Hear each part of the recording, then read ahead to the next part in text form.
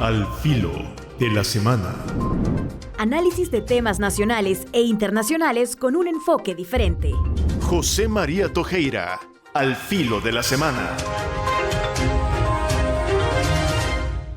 Estamos de nuevo aquí, al filo de la semana. Es un gusto siempre platicar con ustedes y reflexionar un poquito sobre las cosas que tenemos que impulsar en el país para vivir mejor y sobre todo para vivir con más justicia social y con más fraternidad, que en el fondo es lo que perseguimos, ¿verdad?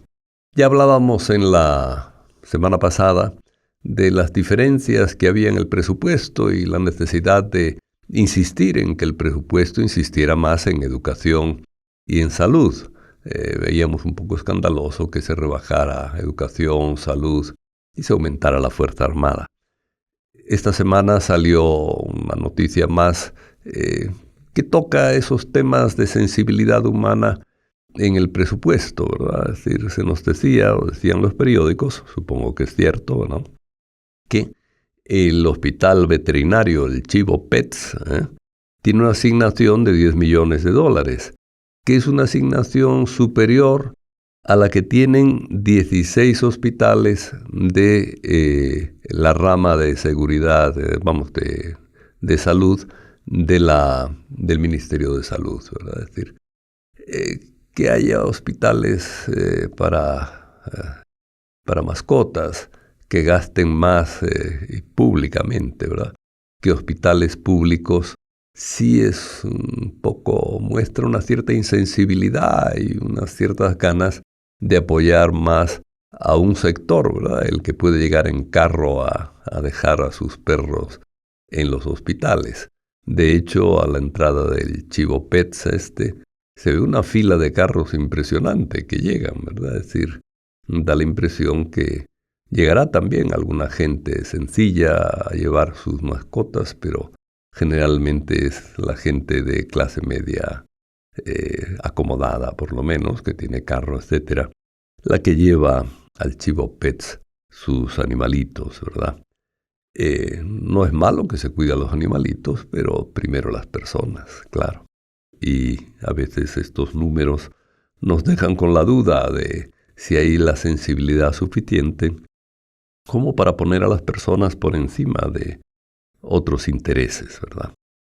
Y un tema preocupante siempre, y que a veces lo repetimos demasiado, pero que es importante hablar de él, es el de la soberanía alimentaria, ¿verdad? Según las 20 organizaciones que conforman la Mesa de Soberanía Alimentaria, pues más de 10.000, y según datos también del Ministerio de Agricultura, más de 10.000 manzanas de maíz y más de 11.000 de frijol ya no se cultivan desde el 2018. Ha ido bajando el cultivo de granos básicos.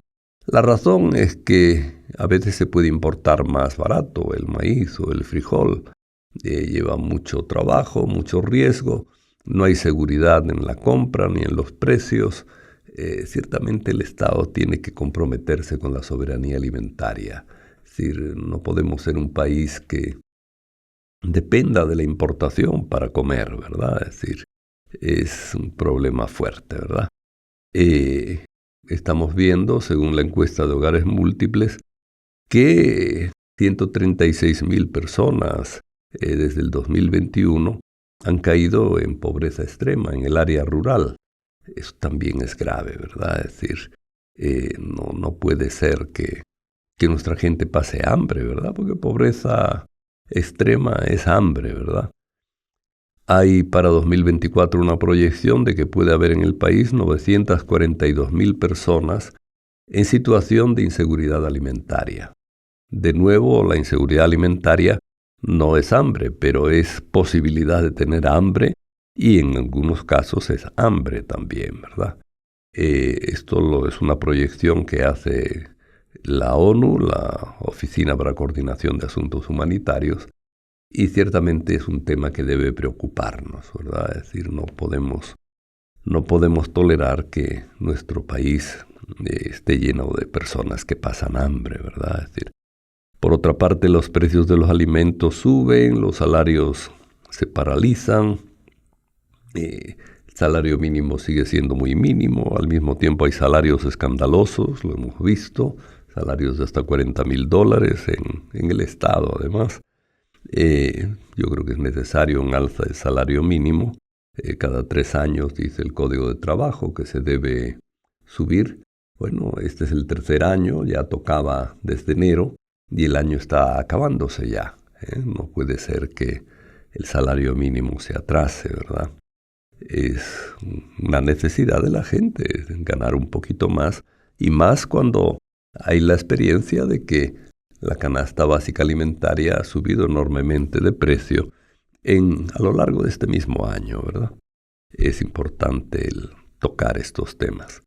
Celebrando 40 años, fue el 15 de octubre, 40 años de las primeras conversaciones de paz en La Palma. Ojalá esta tarea o esta herencia, vamos a decirlo así, de los acuerdos de paz, que resolver los problemas a través del diálogo, crezca en nuestro país. Es decir, nuestro país se caracterizaba antes de los acuerdos de paz por resolver los conflictos desde la violencia o desde el poder, ¿verdad? El poder del Estado, abusando del poder sobre la gente. Ojalá no volvamos a esas situaciones y ojalá el diálogo cada vez sea más fuerte en el país. Y a veces hay una tendencia a pensar que la mayoría puede oprimir a la minoría. Yo creo que eso es falso, ¿verdad? La mayoría está bien que gobierne, pero tiene que escuchar a la minoría, porque muchas veces la minoría tiene razón, y más razón que la mayoría en algunos aspectos. No siempre, ¿verdad? Pero sí, con frecuencia, cuando la minoría sufre, el sufrimiento le da la razón para reclamar. Y el ideal no es aplastar la idea o el pensamiento de la minoría, sino dialogar para ver cómo se soluciona el conflicto. Ojalá, ¿verdad? Ojalá caminemos bien eso. Hay en esto una mala señal, en esto del diálogo, que es, por ejemplo, que se le dé más importancia a la Fuerza Armada que a la policía en temas de seguridad. De hecho, presupuestariamente se está mejorando más la Fuerza Armada que la policía. Es un error. Es una negación de los acuerdos de paz. Claro, a veces se dice que los acuerdos de paz fueron un pacto de corruptos. En lo de reducir la Fuerza Armada y mejorar la policía, en eso no fue un pacto de corruptos, ciertamente, sino fue una espléndida y buena idea frente a un problema grave que había en el país, que era la militarización de la seguridad. No es que volvamos a lo mismo, ¿verdad? Pero que haya pasos en esa dirección antigua no es lo mejor que podemos hacer. Ojalá reflexionemos también sobre eso. También sobre el régimen hay noticias que no son buenas, ¿verdad? Es decir, hemos visto la foto de un recién liberado. Realmente parecía un liberado de los campos de concentración nazis, es decir, y esto sin exagerar, la foto por lo menos, ¿verdad? Así se veía. Una persona, en los huesos se podían contar todas y cada una de las costillas de ese joven, una persona joven que murió al poco de ser liberado. Y se hablaba de otro que murió también en situaciones de desamparo y de enfermedades graves y desnutrición severa dentro de las cárceles. Ojalá también el tema de las cárceles se revise. No es que uno quiera tratar, que es un poco la argumentación un poco absurda, ¿verdad?, de algunos funcionarios que dicen como que quieren que les traten a los criminales como si vivieran en un palacio real, como si vivieran en un hotel de lujo. No, nadie pide eso, ¿verdad? Pero que no se enfermen y se mueran sin preocupación absoluta por el Estado. Están bajo la tutela del Estado, están privados de libertad, pero el Estado es responsable de lo que les pueda pasar, alimentación, etc. Se está cobrando a los familiares una cuota por alimentación de los presos para que no se mueran de hambre. Que no nos digan que la comida es muy buena en las cárceles, porque no necesitarían pedir dinero a la gente para los familiares. Eso es trasladar parte de la pena, parte del castigo a los familiares. Y eso está prohibido internacionalmente. Las penas son para el que cometen los delitos, no para los familiares de los que cometen los delitos, ¿verdad? Entonces, ponerles una asignación monetaria para alimentar mejor a sus deudos, es trasladarle parte de la pena a la familia de los presos. Eso no es bueno ni conveniente ni coherente con los tratados internacionales que ha firmado El Salvador, ¿verdad? Eso es un problema. Y pasamos a otra cosa, esta vez positiva, para que no digan que solo negativas hablamos. Ha habido una recompra de bonos de parte del gobierno salvadoreño que genera un ahorro grande de más de $300 millones. Los bonos son de 1.000 millones, creo. Y ahí hay un ahorro, es una cosa buena que se ahorre el pago de la deuda, pero condicionada al cuidado del río Lempa. Esto sí creo que es muy importante, cuidar nuestros ríos. Tenemos ríos muy contaminados y el Lempa ocupa casi las 3/4 partes del territorio nacional, su cuenca, digamos, ¿verdad? Entonces, cuidar el río Lempa yo creo que es fundamental. Recorre las 3/4 partes del país y parte de la salud, parte del agua, parte del medio ambiente depende del río Lempa. Contaminarlo, dañarlo, es dañar a las 3/4 partes del país, diríamos a todo el país fundamentalmente. Entonces el cuidarlo es importante. Y aquí retomamos el tema de la minería, es decir, la mayor parte de los proyectos mineros están en las cuencas altas del río Lempa. Sería trágico que se contaminara el río Lempa. Yo creo que fue una de las razones por las que se prohibió la minería metálica, por los riesgos que hay de contaminación, que son fuertes, ¿verdad?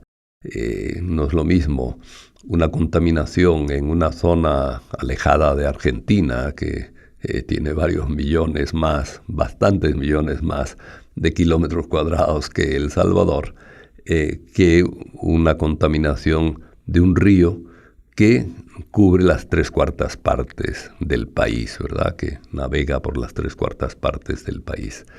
Eso sería trágico para el país que se contaminara el río Lempa. Ojalá la limpieza, seguridad, descontaminación del río Lempa sea una realidad para todos. Qué bueno que hay dinero para eso y que se use para eso, ciertamente. Y quisiera terminar con algunas noticias breves de la Iglesia Católica. Casi no comentamos noticias de la Iglesia Católica en este espacio, pero han salido algunas que creo que son interesantes. Dos en particular. Una que es que la Iglesia Católica está creciendo, es decir, en número. 1.380 millones de católicos hay en el mundo. Es con el Islam, son las dos religiones más grandes.